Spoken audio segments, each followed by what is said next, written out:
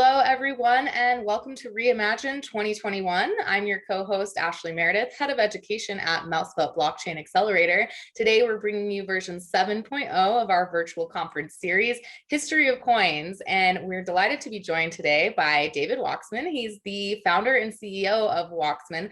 It's a communications and strategy consultancy that works with many of the blockchain companies that you may have heard of. Welcome, David. Thanks so much for having me, Ashlie. It's great to be here. Yeah, thanks for joining us. So before we dive right into everything that Wachsman does, would like to hear your background and how you got into blockchain. So back in 2013, I was running the day-to-day for a small public relations agency in New York. We had a handful of billionaire clients. And I was reading about this rapidly growing online currency that seemed to make absolutely no sense at all. And then at the very end of 2013, everyone knows the Mt. Gox disaster happened and Bitcoin price tumbled. And so it was after that, in early 2014, that I really got to know Bitcoin when I met in a bar the young CEO of one of the first VC-backed Bitcoin exchanges, a company called CoinSetter. And Jaron, who was the CEO, he basically over drinks convinced me that Bitcoin was something real. And I spent the next several months working with him. He became my client and learning all about Bitcoin. And I went from a casual consumer to someone who was a rabid believer in a very short span of time. Over the next year or so, we did quite well together. And Jaron kept kicking me until I founded my own firm in 2015, which is today Wachsman, a strategy-based consultancy focusing on communications, market entry, et cetera. Today, we have about 75 employees between New York, Dublin, and Singapore. And as you mentioned, work with many of the brands that the audience here will know and love. Awesome. So you have a background in PR. You were working at a PR firm when you first heard about Bitcoin. Is that what you studied in university? No. So I studied economics and English, which turned out to, again, be just the right thing. But I'd say the reason why things worked out was I was in the right place at the right time. And it turns out that many people who are the true OGs, people from before my time, they were much the same. And like some of them, I think I realized early on that I was very, very lucky to be in the right place at the right time with just the right amount of experience and the right skill set to succeed. And I've been hoping to capitalize on that first mover advantage ever since. Well, as you know, I asked because we have a university program through MouseBelt. Anyone who's just tuning in, be sure to check out Reimagine 2021 YouTube channel, smash that subscribe button, check out our university segments. We have interviews with students from all over the world, professors.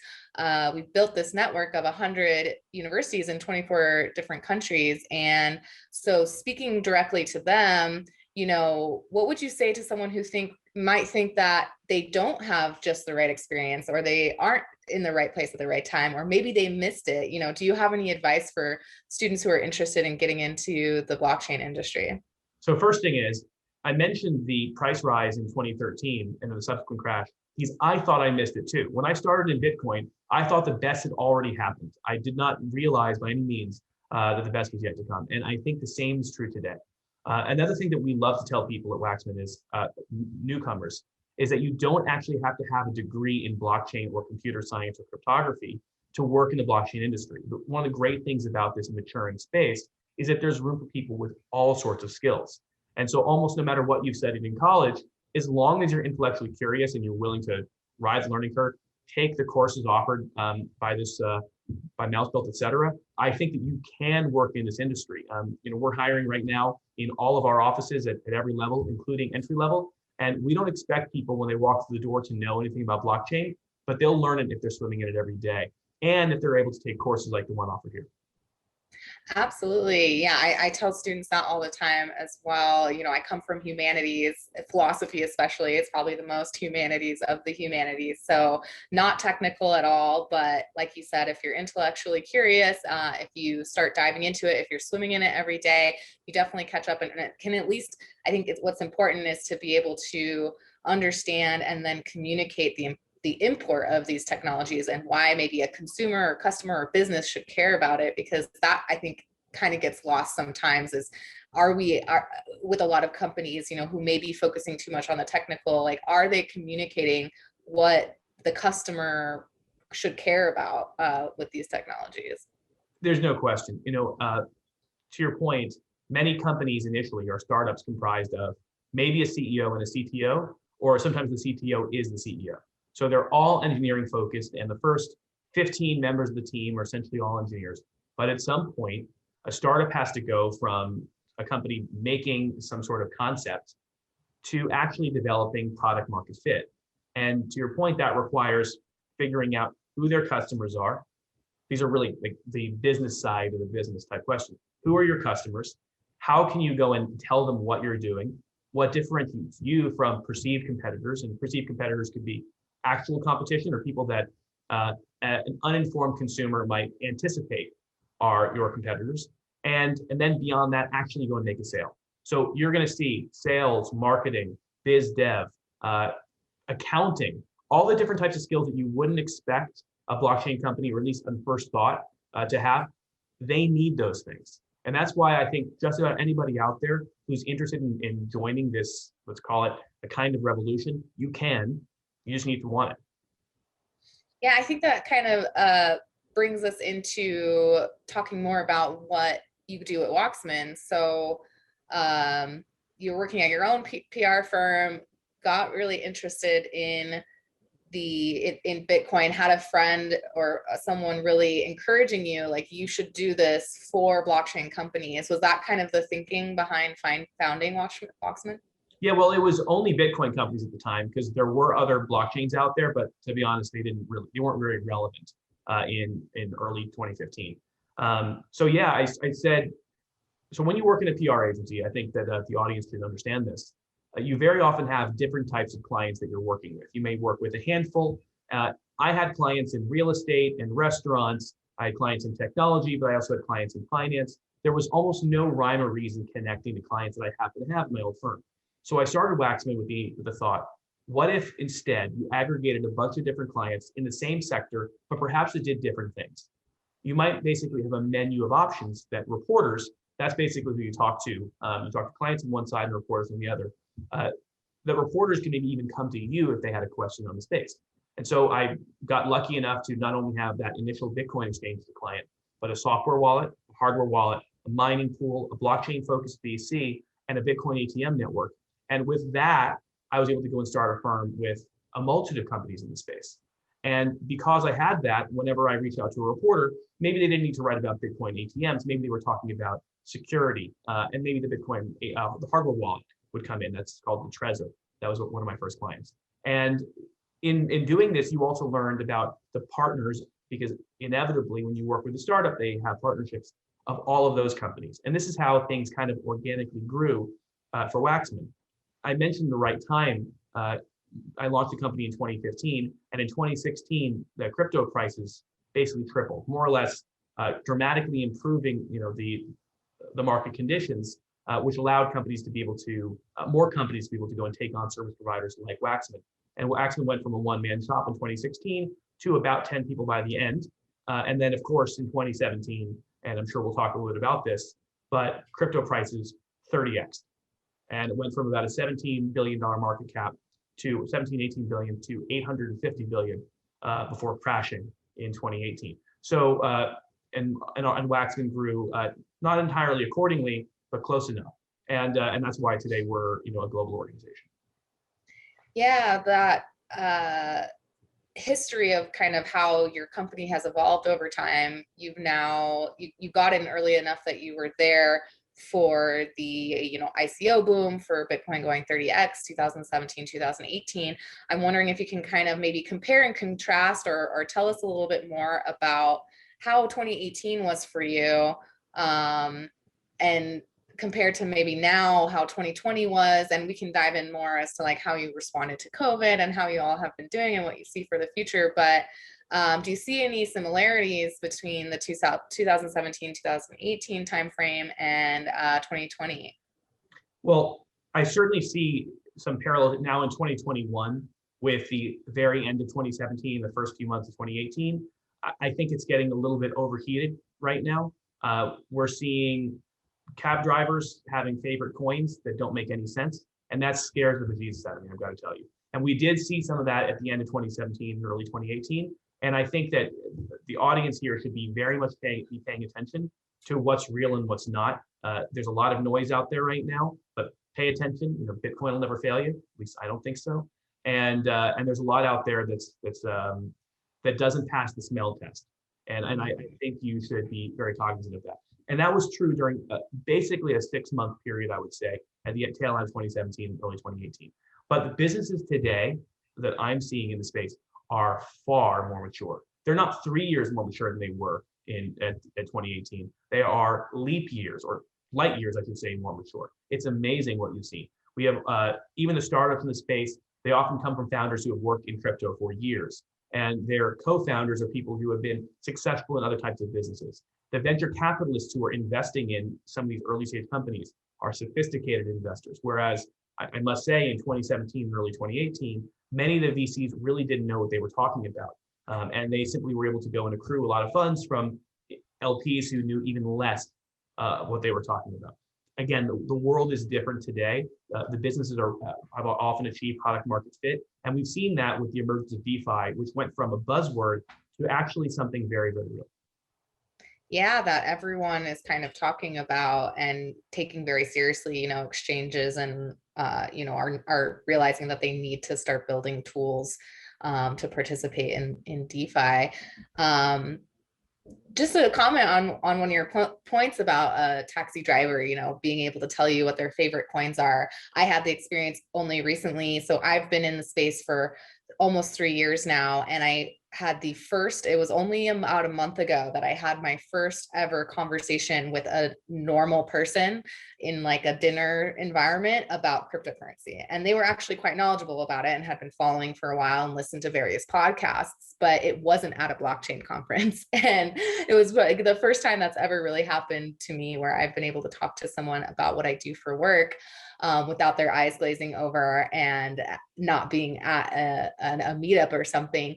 As well as, you know, on social media, seeing, you know, someone that I never would have expected, they're, you know, in the music industry, you know, posting explainer videos about NFTs. And I was like, oh, I would never have, you know, thought that I could have talked to that person about what I do for work. So do you see that as a warning sign, or is this, you know, what we want, like kind of adoption and the fact that there's people like you and I out there communicating about this stuff enough and in the right way that people can actually understand it now? Well, there are you actually mentioned some really good use cases. As it turns out, NFTs are starting with collectibles. Actually, they started really with Decentraland, which was trying to create a metaverse type world. And they needed NFTs to exist basically for the platform to make sense. And it's evolved into digital collectibles. We've seen NFTs be used for tickets. The reason I'm going into different use cases of NFTs is to show that it's becoming and already is something quite real. And there are some real, very immediate uses of NFTs that go beyond the collectibles market, which by itself is a substantial industry and should be. Baseball cards were a substantial industry in the early 90s. There's no reason why NFTs and art, for instance, couldn't be today. And that's true with music, for instance, and we're seeing actually musicians use NFTs or use even fan tokens as a way to get people more involved, to engage with their fan bases more and more and in unique ways during a time when we're increasingly decentralized from each other. But what I'm scared of is that there are a lot, because the money is much more substantial in the space, because there's a lot of newcomers, they may hear about the NFTs, which is very real, or about certain DeFi applications, which make a lot of sense and might make sense for their risk profiles. And they may unknowingly be led into something that is improper. And that's what I'm concerned about. And I think that all of you over there in the audience who do know what you're talking about, who have been in the space for a period of time, I think it's to some extent your responsibility to try to educate other people about what's out there and, you know, what's progress and what's noise. Absolutely.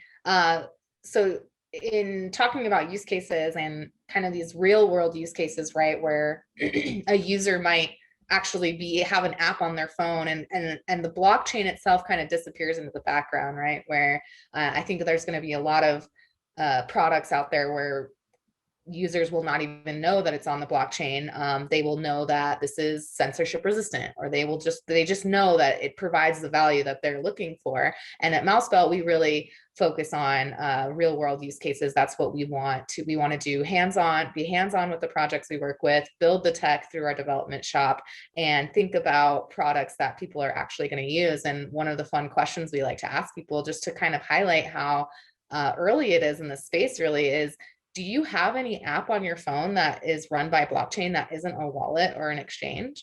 I do. So Orchid, which is a decentralized VPN network, uses, again, blockchain in a really interesting way. And the uses are going to become even more promising in the future for why they have a blockchain. It's fascinating, but Orchid is a wonderful product, and it's just one of many use cases. I'll also say this: one of the first real consumer uses of crypto that I ever saw, that really convinced me that there was something more here, was something called Steemit, which I launched in 2016. And Steemit was the first decentralized social network with any traction at all. And what their concept was what if you built a Reddit type product, but instead of giving people worthless karma, you gave them some sort of point, a point that had some sort of value. Whether the value was substantial or whether it was micro penny, who cares? It's still better than zero. And you might actually get better content from people who are incentivized to produce something educational or thoughtful or insightful, whether it's, and that was the concept. Whether Steemit was able to go and realize that dream entirely, I don't know. But I think that the concept is very real, and that there are going to be others like it in the future that will absolutely succeed. Crypto is not just for finance. I think it's for anything that has value.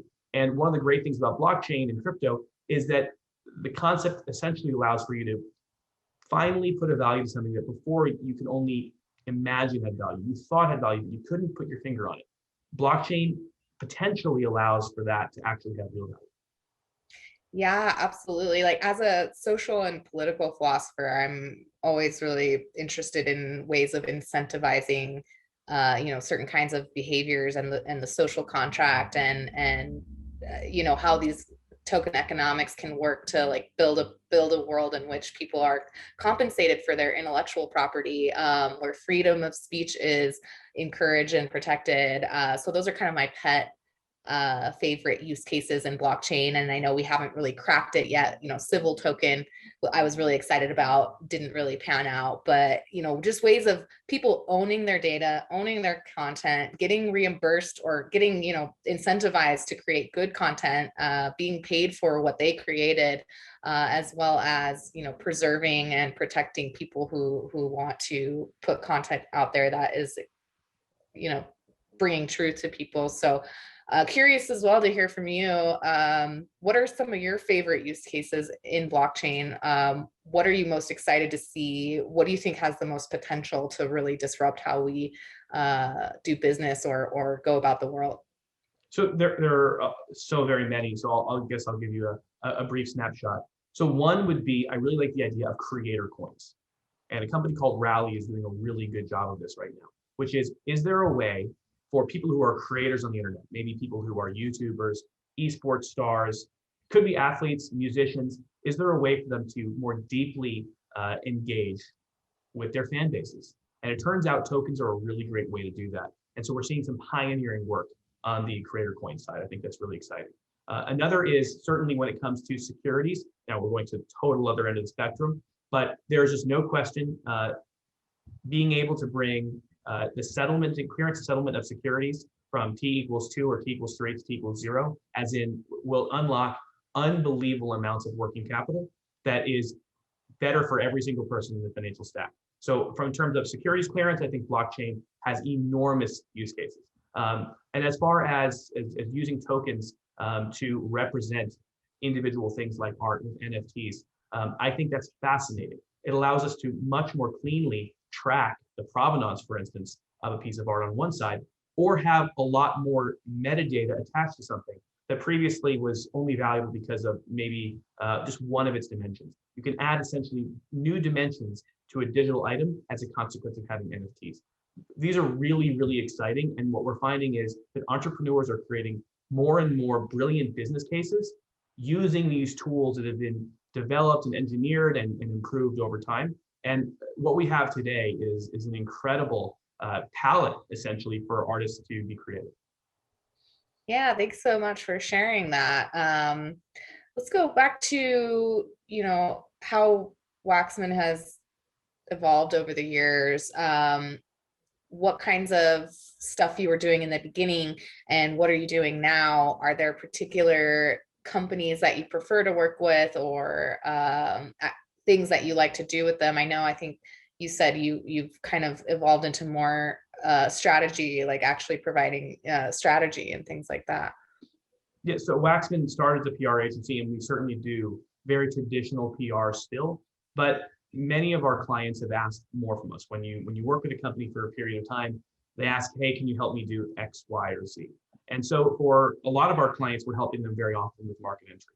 Perhaps they're well known in the United States, but they'd like to go and get a leg up and find the right partners or customers, maybe in East Asia. And so for Wachsman, we try to do that for our clients. Or perhaps they're a Swiss foundation and they're trying to make sure to lean in on the Canadian US market. Again, that's something that we try to do on behalf of our clients. And other companies, they're often going through transitions. They may be going through rebrands. We've seen that many times within the sector, or they pivot as a business. And we're often called in to help them determine what's the best course of action for them. Knowing the landscape, knowing the competitor set, and knowing the potential opportunities that may exist. Because Wachsman, we've been very fortunate to train a lot of really smart people who love this industry, who can go and give really thoughtful opinions to their clients, that they work very hard with. Yeah, and remind me where you're located again. So you have kind of this global reach, right? So our regional headquarters are in New York, Dublin, Ireland, and Singapore. So kind of one, let's call it city, that represents a series of time zones. And then the clients assigned to each of those headquarters typically reside in a time zone pretty close to where one of our regional headquarters are. But I will say this, COVID has resulted in, at least for our New York offices in particular, Wachsman has staff all over the United States at this point. People simply got away from New York. Our offices were down on Wall Street, and it's very hard to be there right now. So we have people in Florida, in California, in Oregon, in Washington State, in Texas, et cetera. And that's A-okay. It turns out, not only do we believe in decentralized technology, but we can decentralize ourselves too. Absolutely. MouseBelt is a remote first company. When we first launched the accelerator, many of us, met and were working on startups in the Silicon Valley, Bay Area. We have offices in Bangkok. When we were launching our first batch, we wanted to do the whole traditional, you all come together, you work in an office together. We accelerate you from there, but none of our portfolio companies were interested in relocating. So we're like, well, we can do this virtually. And we've done, everything from our university program to all how we work together, kind of remote first. And it kind of gave us a leg up last year. I think just already being so good at, we live in Slack, already being so good at kind of asynchronous communication and rallying people around Zoom calls in lots of different time zones and doing virtual meetups to really launch Reimagine as a virtual conference series, but also just not really have a lot of disruption in our workflow. And working from not having to adjust to work from home. So I was definitely going to ask, how was 2020 for Wachsman, and, what were some of the challenges? How did you innovate? Tell us about how COVID affected your offices. Well, it affected office life quite a bit because they kind of went away in March of last year. So it's now been almost a full year. And it's really sad that I haven't been able to see a lot of my colleagues in person in a very, very long time. Foreign offices even longer. So that's been kind of the worst part of this. But one of the best things that we found is that we still can communicate and work together despite not being in the same place. I don't think they're the same type of collaborative experience online. I haven't found the real equivalent for whiteboarding yet. Maybe one of the audience members here can shoot me an email with some good intel on that. But with the exception of that, as it turns out, people can work from home or from a coffee shop or from a restaurant. They can work asynchronously, and it just requires maybe a different skill set. Perhaps self-starters are better in a remote environment than in an office environment where maybe it's a little bit better to be a follower, or it's okay. But self-starters seem to do really, really well in this remote world. And I'm very fortunate that to have a lot of colleagues that meet that criteria. Absolutely. So going into 2021, what are you expecting the rest of this year to bring? Some of the major trends you see coming, either for, well, first tell us, what are your goals for the year with Wachsman, and what do you see for the crypto space over the next year? So we grow with the industry. We're very, very fortunate to do so. And I see a very promising and bright future for crypto and for the blockchain space. I think this year, the Coinbase's recent IPO announcement is going to be the first of many. And you're going to see a lot more reverse mergers and RTOs. You're going to see companies raising in novel ways like a Reg A process. And that's really, really good news for all of us who are in the industry, because it's going to allow for public market support and allow for inclusion of massive sectors of people who were basically left out of the crypto revolution that's happened so far. That's really, really good news. That's one thing. I'm really excited for really promising dApps to be built on top of these really, really great layer one protocols, which are really advanced at this phase. They don't have the holes in security or the transaction speed problems that they did a few years ago. And I think that's going to be really exciting, whether it's the transition to ETH2 or some of these other competitors and smart contract platforms. The fact that they've gotten so damn good is good news for developers who are building really, really cool things, whether it's games, or financial products, or collectibles, or just something fun. We're seeing really cool stuff built on that. And then beyond that, I think I'm really interested to see how regulators respond to all this innovation. We've certainly seen in certain jurisdictions that regulatory regimes have allowed for a lot of innovation to occur, and that's a wonderful thing. The competition between jurisdictions is good for developers, and in the end is going to be good for consumers too. Yeah, in terms of regulation and regulators, I think that really plays into when we talk about adoption, because I wanted to ask you, what do you think the barriers are to adoption, and what role does a PR and media company play in that? Do you advise on any sort of boards or councils, or talk with any governments? And what do you see Wachsman's kind of role in driving adoption, or communicating to regulators, what's going on in crypto? Many of our partners or companies that we work with are constantly talking to regulators. It's part and parcel of what they do. And we work hand in hand with law firms all over the world. Remember, there are 183 plus different jurisdictions out there, and each of them are trying to go and tackle this myriad of quandaries, basically, that come with trying to figure out this new asset class, of understanding like these novel uses. I mean, DeFi, for instance, is just breathtaking in scope. Trying to explain it to a traditional investment banker is hard enough. And then they have to get into the weeds of how this works cryptographically. So it's something that, fortunately, I think the regulators now are really, really sharp.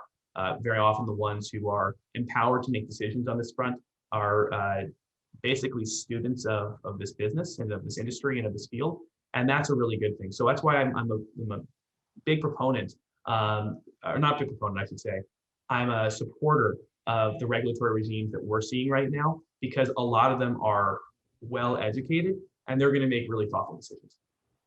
As we wrap up here, I kind of want to bring it back to the theme of the show, history of coins, zooming out into these like larger trends of finance, fiat, cryptocurrency, stocks. What do you see? Do you have any thoughts about the GameStop stuff that is happening, and what an overlap there was of people in crypto talking about this, and what that means for people's understanding of our current financial system? Are people understanding a little more how stocks work, or do you see people kind of becoming more concerned with our traditional financial institutions and understanding inflation and the problems with fiat? there are so many things to unpack with the GameStop saga. And I guess I'll start by saying, in many ways, it proved the case for why individual people should be A, responsible for, and B, able to manage their own money. I think that we've seen this time and again, and that the common man should have as many instruments as possible and not be at a disadvantage to very large companies and hedge funds, for instance. There are a lot of miscommunications when it comes to that.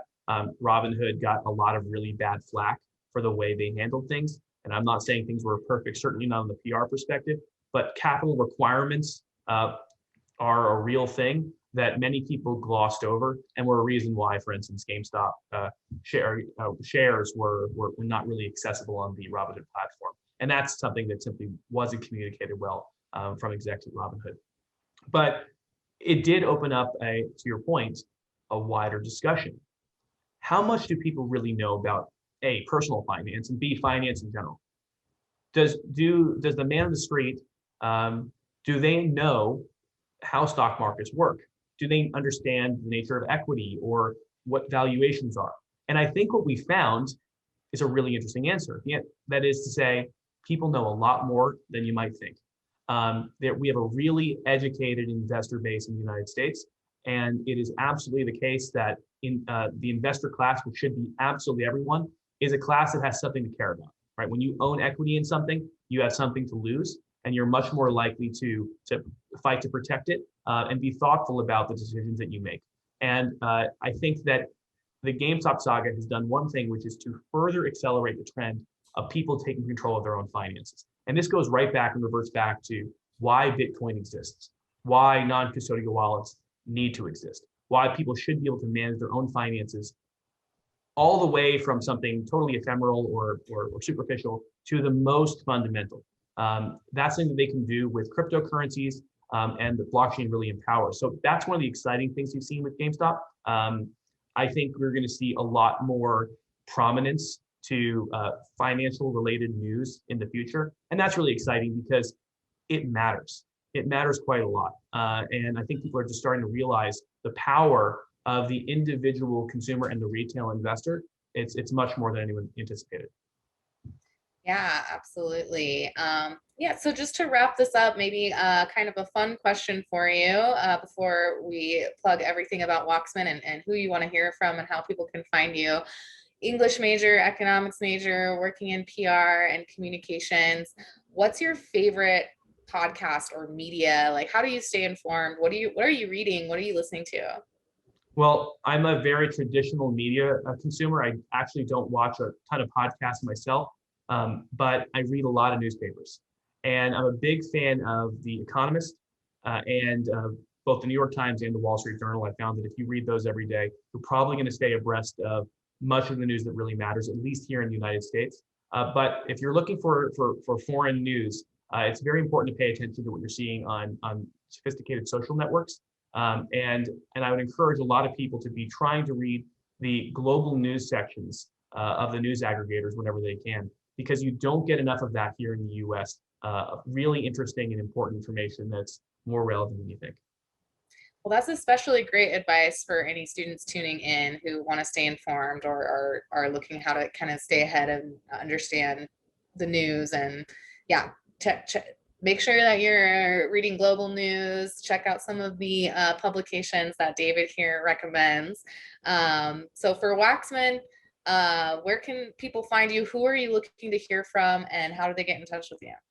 So yeah, just go to wachsman.com. It's not spelled like it sounds, WACHSMAN.com. And yeah, we want to hear from people who want to work for us, who maybe want to work for our clients, who are companies within the blockchain and digital asset space. We want to hear from companies themselves who are doing something really exciting. We want to go and hear from you. So please reach out to us. We'd love to have a conversation. Yes, I'm looking forward to encouraging some of our students to maybe check out the job opportunities and recommend your group for any of our portfolio companies or people who have joined our startup school. If you're a startup or a company looking for this kind of support, check it out, and we'll be sure to leave that in the show notes and tag and leave the link so people can get in touch with you. Thanks again, David, for joining us. Thank you, Ashlie. It's great to be here. And stay tuned, everybody, for more from Reimagine 2021.